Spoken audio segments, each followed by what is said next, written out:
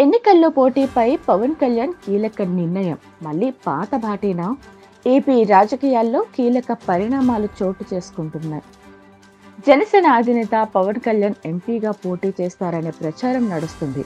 ఎమ్మెల్యేగా, ఎంపీగా రెండు చోట్ల జనసేనని పోటీ చేసే అవకాశాలు ఉన్నాయని తెలుస్తుంది. అయితే ఈ విషయంలో అధికారికంగా ఎలాంటి ప్రకటన వెలువడలేదు. ఎంపీగా పోటీ చేసి కేంద్ర మంత్రి వర్గంలో చేరాలనే ఆలోచన సైతం పవన్ కళ్యాణ్ చేస్తున్నట్లు ప్రచారం నడుస్తుంది. ఎన్నికలు దగ్గర పడుతున్న కొద్దీ ఏపీ రాజకీయాలు ఊహించని ట్విస్టులు తిరుగుతున్నాయి. తెల్లారేదాక ఒక రకంగా ఉన్న రాజకీయం సాయంత్రానికి మరోలా మారుతుంది. ఇక జనసేన అధినేత పవన్ కళ్యాణ్ విషయం అయితే చెప్పాల్సిన పని లేదు.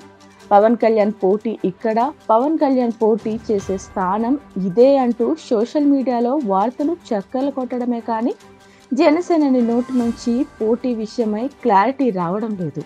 కాకినాడ, గాజువాక, భీమవరం ఇలా ఎన్నో పేర్లు వినిపించాయి. చివరకు పవన్ కళ్యాణ్ భీమవరం ఫిక్స్ అయ్యారనే వార్తలు వచ్చాయి. కానీ ఇక్కడ కూడా పవన్ పోటీ చేసే అవకాశాలు కనిపించడం లేదు.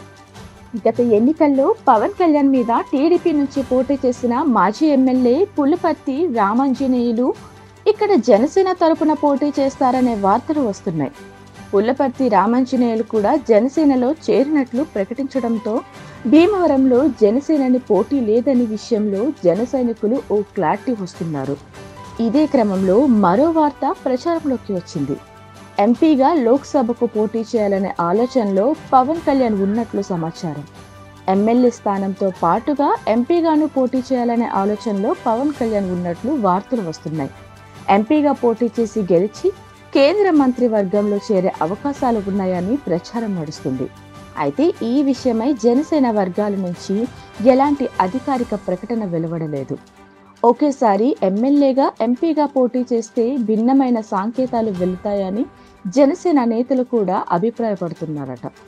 ఈ నేపథ్యంలో పవన్ కళ్యాణ్ గత ఎన్నికల మాదిరిగా 2 అసెంబ్లీ సీట్లకే పోటీ చేస్తారా, లేదా ఒక్క అసెంబ్లీ మరో చోట నుంచి ఎంపీగా అభ్యర్థిగా పోటీ చేస్తారా అనేది తేలాల్సి ఉంది.